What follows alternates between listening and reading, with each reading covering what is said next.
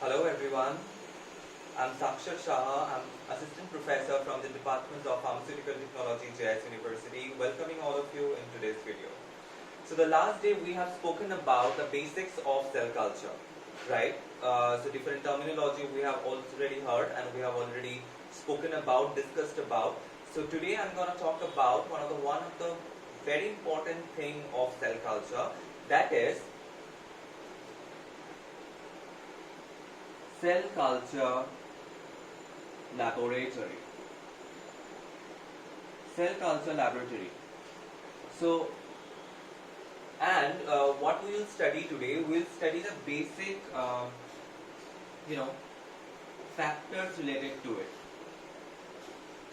Factors related to it, like what is the requirement of having a specific cell culture laboratory? What is the need of that? If we don't have such kind of laboratory, then what kind of problem we may face, and what includes under cell culture laboratory we are going to discuss today.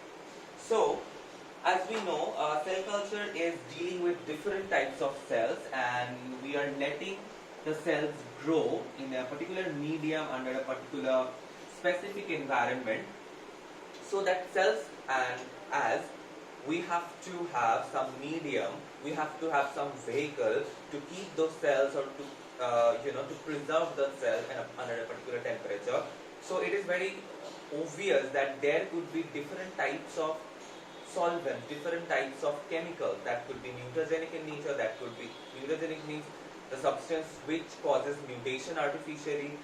That could be carcinogenic in nature, that means cancer developing. That could be very toxic, that could be hazardous, that could be irritated, some kind of substance which may create irritation in your skin, in your body, or if you just have a smell of it, then you can feel irritation. For an example, I can give you that sodium hypochlorite. Though sodium hypochlorite is not at all related to cell culture laboratory, that is not used, that is for disinfection. But the reason I'm giving you the example, that sodium hypochlorite is a substance which is basically used in disinfection, and in recent time, at the time of we are going through like the pandemic time, lot of places are being disinfected by the use of sodium hypochlorite.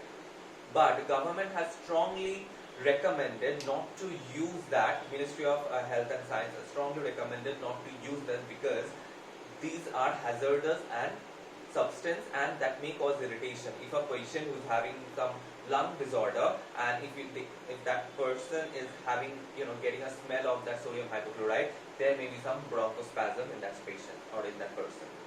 So this kind of hazardous substance, different types of, not sodium hypochlorite, but different types of hazardous substance, different types of cells we are dealing with in the cell culture. So that's why we need to have a laboratory with a proper setup or proper protection. And that is the reason US government, I'm just giving you an example of US government, they have, for their cell culture laboratory, they have made a documentation, a regulation or guideline,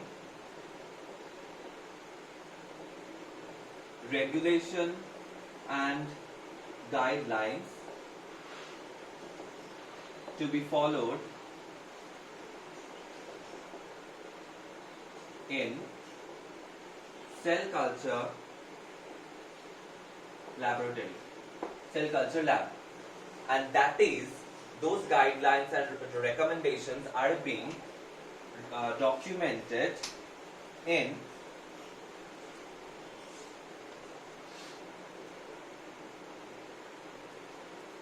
the document name is Biosafety in Microbiology and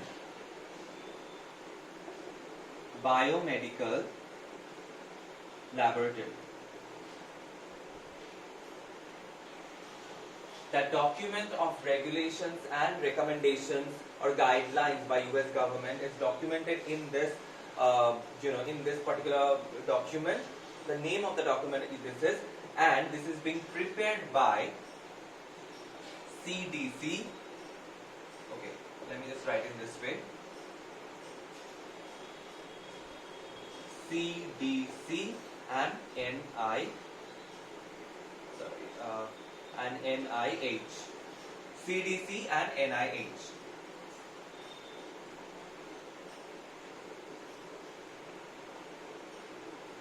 This particular document of regulation and recommendation is prepared by CDC and NIH. What is CDC?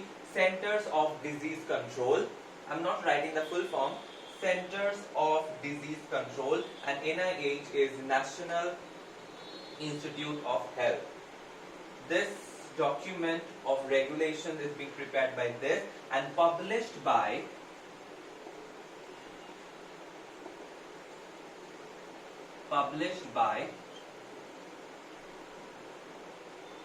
US Department of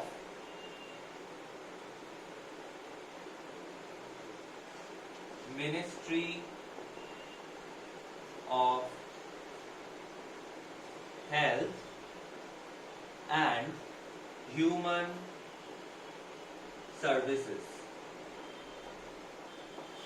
So if you're not understanding, I'm telling you, this biosafety in microbiology and biomedical laboratory, this guidelines is being prepared by CDC, that is Centers of Disease Control and National Institute of Health, this two regulatory body, and which is published by US Department of Ministry of Health and Human Services. And they have what they have did, what like CDC and NIH, what they have did, they have made 4 level of biosafety. They have made, because we are protecting ourselves from biological products, so that's why it is called biosafety. So they have made 4 levels of biosafety. They have made 4 levels of biosafety. First one is BSL 1. Next one is BSL 2, then BSL 3, and here I am writing BSL 4. They have made 4 level of biosafety, and what does that actually mean? What it contains? What is the requirement of maintaining or having these 4 levels of biosafety? So the first one, BSL 1, which says safety from those agents which are known to be toxic, which are known to be hazardous.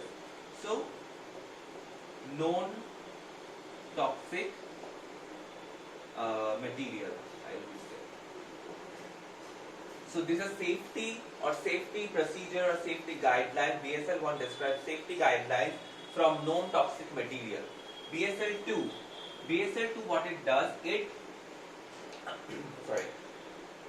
gives instruction or guidelines to save or to prevent the ingestion or percutaneous absorption of toxic material. If there is any kind of work going on or cell culture is going on where there is a tendency that that particular chemical or particular agent which may be ingested inside your body, or which may be penetrate through your skin and make you toxic or make you intoxicated, then that guidelines to protect yourself from those type of chemicals, BSL 2 guidelines are being followed. So what is the difference between two? You know this chemical itself is toxic. So if you are coming in contact, it will be like for an example, I would say hydrochloric acid. Hydrochloric acid or strong H2SO4. You don't need to ingest or you don't need to drink it. If it is touching your skin, it will harm you. But here, different any kind of radioactive material or different types of material, if it is being penetrated through if it is touching to your skin, no problem with it. But somehow if it is penetrating through your skin, or if you are taking the smell of it somehow, and then it may cause you toxicity, it will intoxicate you, then we have to follow BSL 2, the General Cell Culture Laboratory. So here I am writing the point, ingestion or percutaneous absorption, I would say. Absorption. Okay. So general cell culture laboratory. Okay, not to write here. So general cell culture laboratory. If a laboratory is is for only cell culture, then at least BSL level 2 should be followed. BSL 3 is for aerosol transmission. I'm telling what it is. And BSL 4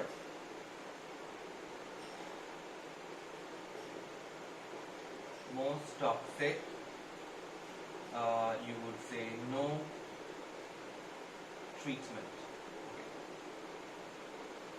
So what does this 2 mean? Aerosol transmission means the transmission of those chemicals will be through aerosol medium. Then you have to follow this BSL 3 safety guideline, and BSL 4 means if the substances are very, very toxic and life threatening.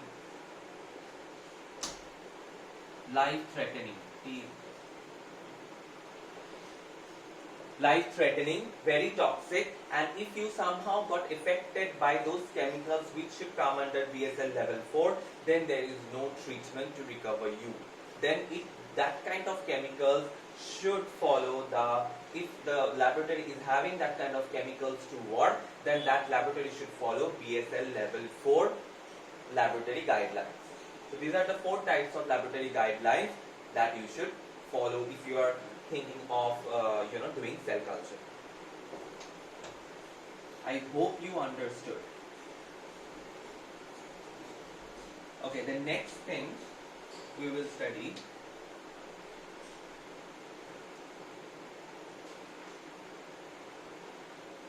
is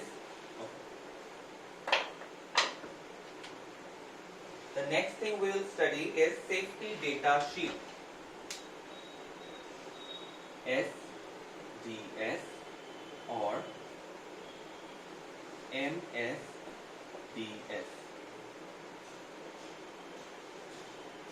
SDS, full form of SDS is Safety Data Sheet. And what is the MDDS? I'm just writing the name, what is M calls for material. And then SDS is same, safety data sheet. Okay, material SDS. Safety data sheet or material safety data sheet. The both are same. So from here you are getting an idea. It's a data sheet or it's a sheet for documentation where all the information about the chemical or about the substance are being recorded. What could be those type of data? What could be those type of information? Those type of informations are, for an example, all the physical characteristics of a chemical, like melting point, boiling point, flash point,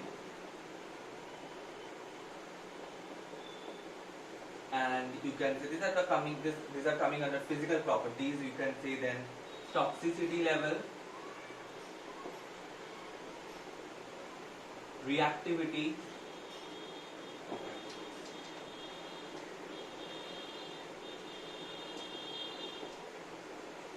then you would say storage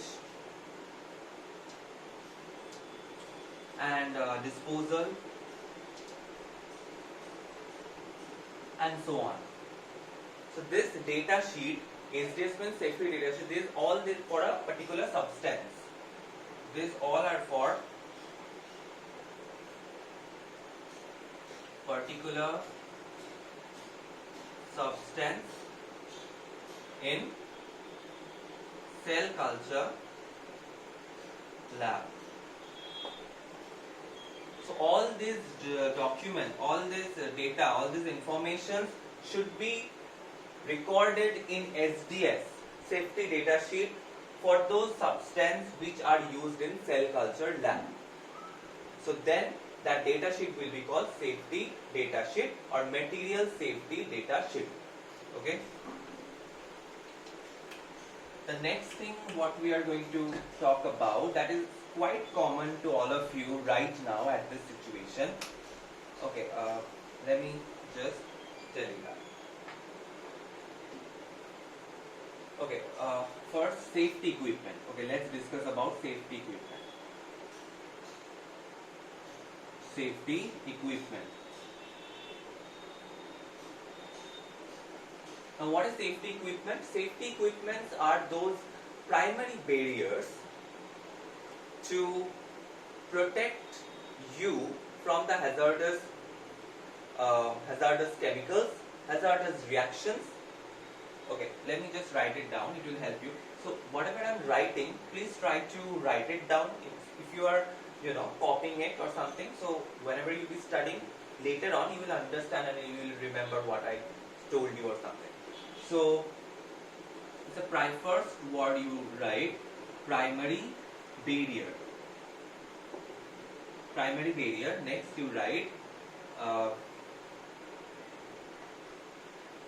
safety cabinet.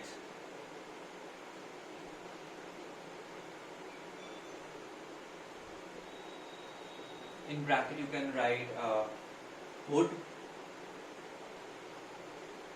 Next you write enclosed containers.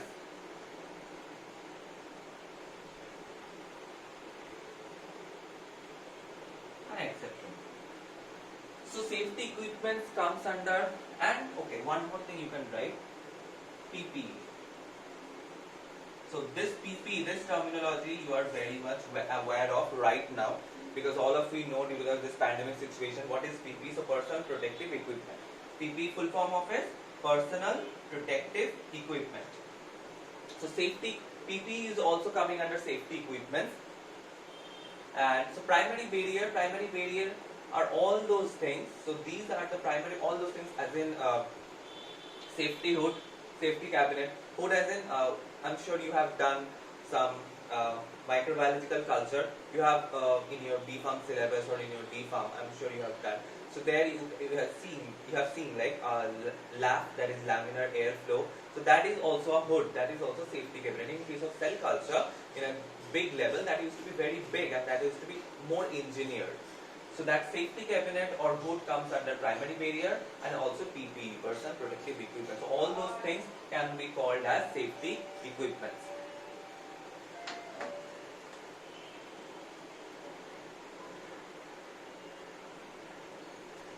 Okay, now we'll talk about in personal protective equipment or in PPE, what are the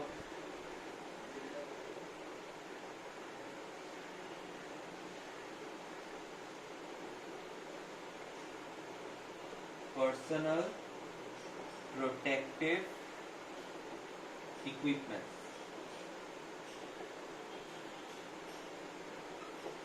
So in PPE, what are those things which comes under this PPE? Which of those things we can call PPE? So let me just write it down one by one. Gloves, mask,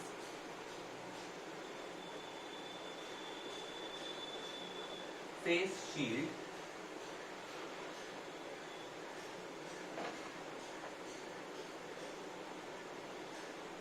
boots, shoe cover,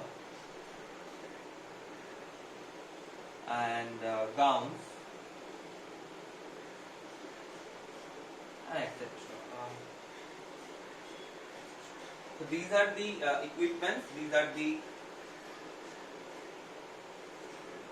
are the things which comes. Okay, one more thing, that there will be laboratory code, lab code. So these are the things which comes under PPE. So just like the PPE a doctor or a nursing staff or a pharmacist is wearing during during operation or during delivery of any medicine at this pandemic situation, the same kind of things are there in case of cell culture laboratory, because there may be not only human cells you are dealing with, there are different virus. Those are cells in need. Those are also cells, right? Viral cells. They are dealing with that even. In a laboratory where the COVID tests are going on, COVID research is going on, they have to wear those PPE. because they are dealing with those COVID virus, coronavirus, which is life-threatening in nature. So all these things comes under PPE. Please keep it in mind. And the next thing, so what you can see that about cell culture, it is not so difficult to remember or understand all the information. It's just that you have to have the idea. Like whenever you are studying something, I'll request all of you to just imagine those things in your head, back of your mind, that what could it look like. If you are having an image, if you are creating an image in the back of your mind, after 1 month or so, after watching this video, you will be able to remember all those information which I'm giving. But if you're just listening to it, or if you're just trying to mug it up, like I have to write it in the exam or so, then it will be staying in your mind for 1 week or so. But if you want to keep it for a longer period, have an image of what you are understanding in the back of your mind. If you are being able to do that, trust me, it will be with you. All this information will be with you for a longer time. And the last thing today we are going to talk about safety laboratory guidelines. Laboratory guidelines. Okay, safety.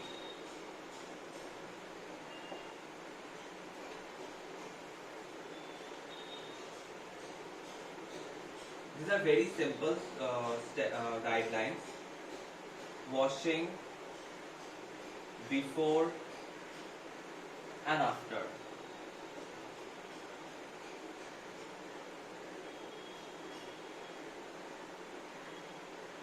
Washing hands before and after.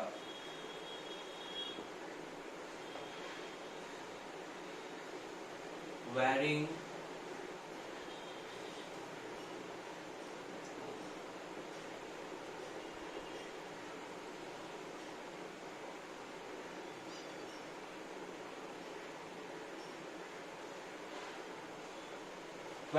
sterilized coat and PPE. Like what if every day you have to change your dress or change whatever you are wearing, all your PPE, and that should be sterilized PPE that you should be wearing. And in the cell culture lab, if you are going out during the culture, or if the today's work has not been end, but still if you have to go out due to some work, due to some emergency or so, whenever you are coming back to laboratory that day, you have to again wash your clothes, you have to again wear a new sterilized PPE, then you can go inside. Even in the cell culture laboratory, if suddenly, maybe we are humans, we can suffer from disease at any point of time. So if you're suddenly suffering from any kind of viral infection, if you're sneezing, if you're having fever, they will not let you work, because those cell culture laboratory is a highly sterilized zone, highly aseptic zone. So there a single piece of virus could be very dangerous, because everywhere in a different places, different cultural media is there. So if you're sneezing and one piece of virus or one virus is going and sitting in that medium, that will grow there. And what will happen? All the experiments will be just destroyed in one moment. Right? Next is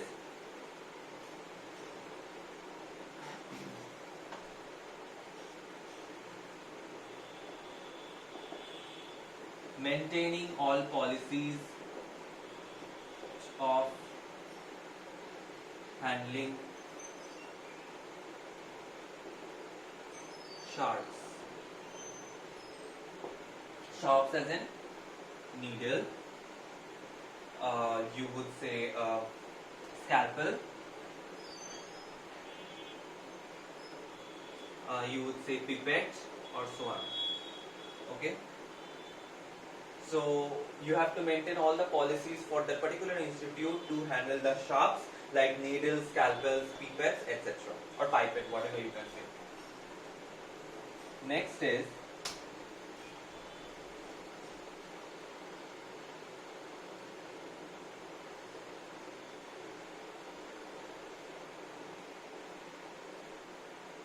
try to avoid splashes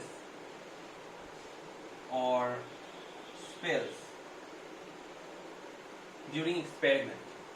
During experiment, like if you are just, there is a test tube, there is one petri dish, if you are just pouring it, somehow some solution is splashing out.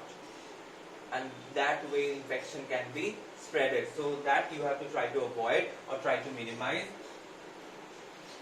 You have to inform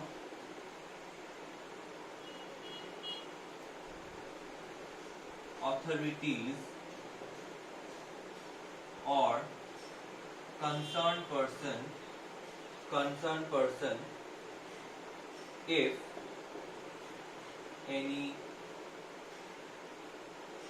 hazardous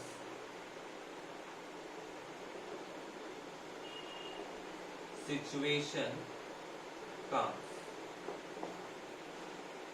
So if there is any kind of hazardous situation, you need to inform the right authorities or the concerned person.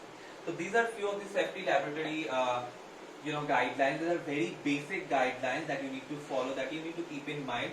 One thing, if you are going for a cell culture laboratory, you need to keep in mind, that is, you are in a zone where if you are just doing a very small mistake, that can lead you a dangerous one, or that can spoil all the experiments. So you have to be very careful, you have to be very sincere if you are working in cell culture laboratory. And trust me, working in a cell culture laboratory will give you a vast experience, a very nice experience about doing research. Okay, so this was about today's video. This was a very simple information I have provided today. So the first day I have given you the basics of cell culture. Today's video was about the cell culture laboratory, the different safety measures of cell culture laboratory. The next day will come with another video which is related to cell culture. I'm sure today's video you have understood, and if any suggestion is there, please put in the comment section. That will be helping me to improve my quality of my video. I'll try my level best. And before going, I'll request all of you, please like my video if you like. If you don't like, please put the button or click on the button unlike, and please subscribe my channel, and ask your friends who are pharmacy graduates, who are going to be pharmacy graduates, who are studying B Pharm, M Pharm or D Pharm, to subscribe it. I'm sure upcoming videos will definitely help you to love your subject, because pharmacy is a course or is a field where you are going to deal with different you are going to face different fields, or you are going to see different aspects of life, or different, because pharmacy is not a particular subject, it is a combination of different subjects. So I will try to come up with different subjects video, but for that you have to subscribe my channel, you have to be with me, and you have to keep informing me what else you would like to see. Thank you so much. Thanks for watching. Bye bye.